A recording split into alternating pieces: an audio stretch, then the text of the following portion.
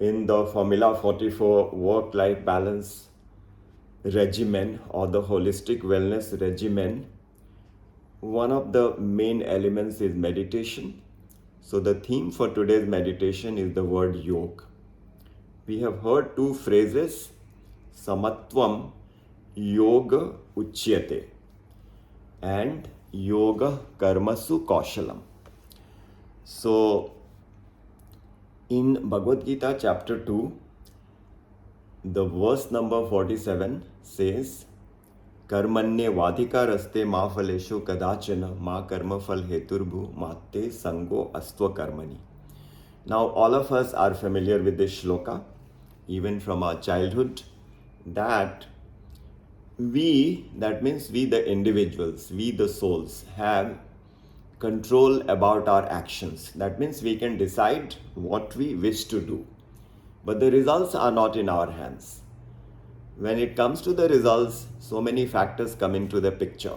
Our past karma, which constitutes our destiny, and other factors, the environment, the will of God, etc., etc. So that is why the results are not what we want many times. So once again, the results are not in our hands, but the actions are in our hands. The best way to transact our actions is that when we transact actions, we condition our mind to think that the results are completely dependent on our actions. So we try our best. But when we get the results, we should then condition the mind to think whatever God decided or whatever the divine decided, that is what we should accept gracefully, knowing that the decision of God is always the best. So that is the little knowledge about the shloka number 47, where Shri Krishna says that you have the right to perform your actions, but you don't have right over the results. But that does not mean you become inactive and you become lazy. You should do your best. In the next verse, there is another magical message. Yoga-sthaḥ kuru karmāṇi saṅgaṁ tyaktvā dhanañjaya siddhy-asiddhyoḥ samo bhūtvā samatvaṁ yoga uchyate. That is the theme for this session, this video, samatvaṁ yoga uchyate. Samatvaṁ, the equipoise, remaining steady and determined and blissful and peaceful even amidst ups and downs, amidst miseries and happiness, is what is samatvaṁ, what is equipoise, what is steadfastness. If somebody has reached a state where the distresses and the happy moments don't disturb the person remains equipoised. That is the state of samatvaṁ, and that is the meaning of yoga. And somebody is truly connected to the divine, which is the highest, which is the purest, which is the ocean of bliss, which is the ocean of knowledge, not the material world where we generally tend to pursue.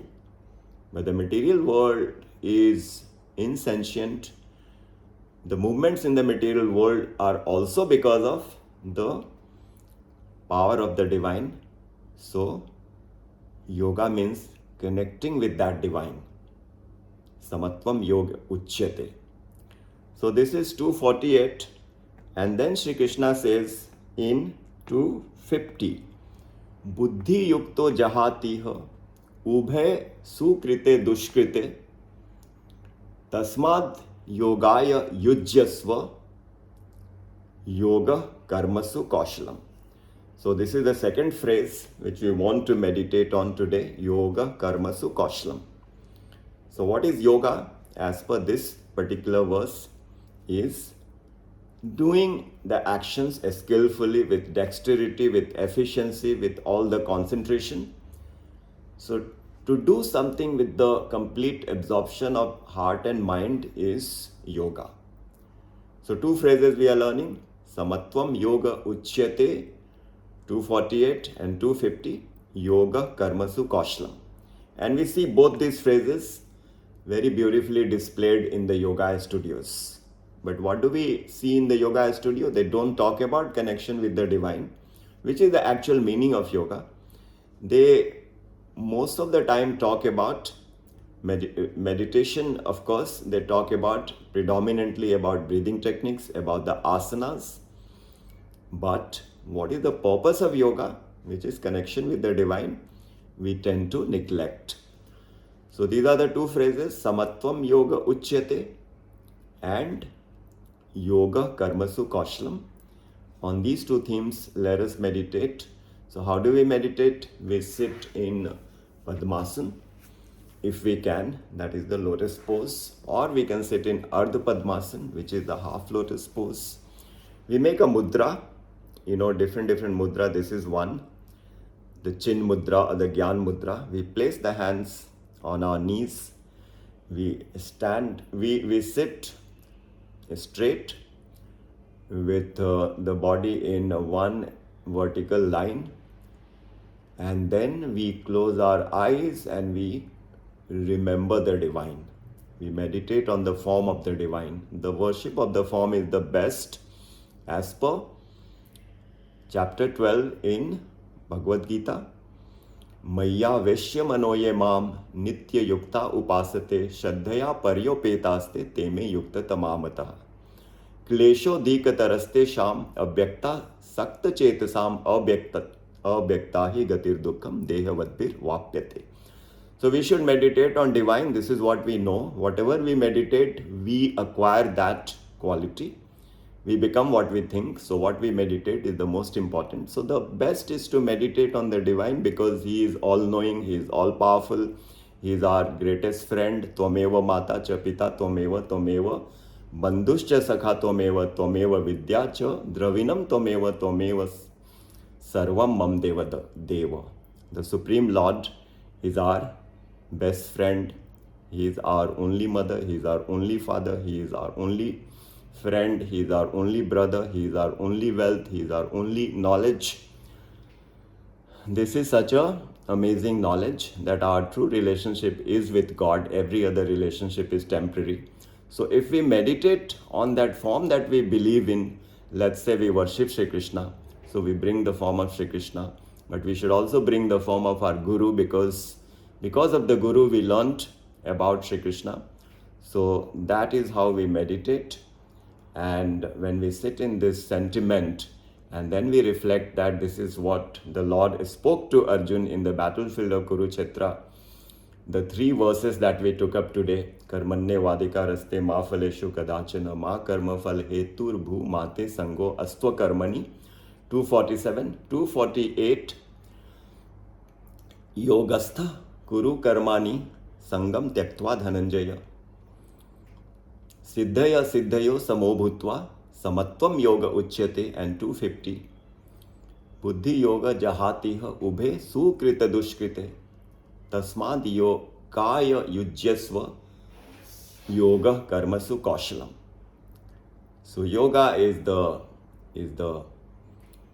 connection with the divine, and when we perform our actions in that sentiment, our actions are the best. And yoga is the steadfastness of mind, the state of being sthit-prajña, which we learn later in the verse 55, prajahati yada kāmān sarvān partha manogatan atmanyaiva atmana tuṣṭah sthit-prajñasya dochyate. Who is sthit-prajña? Who is having a steady mind? The one who has control about his desires, about his actions. Such a person alone is the person who can be in the bliss, or who can be in the peace. The peace is concomitant with the bliss. So to become blissful, we need to be in this state of yoga. So all glories to Shri Krishna and the divine teacher who has facilitated this knowledge.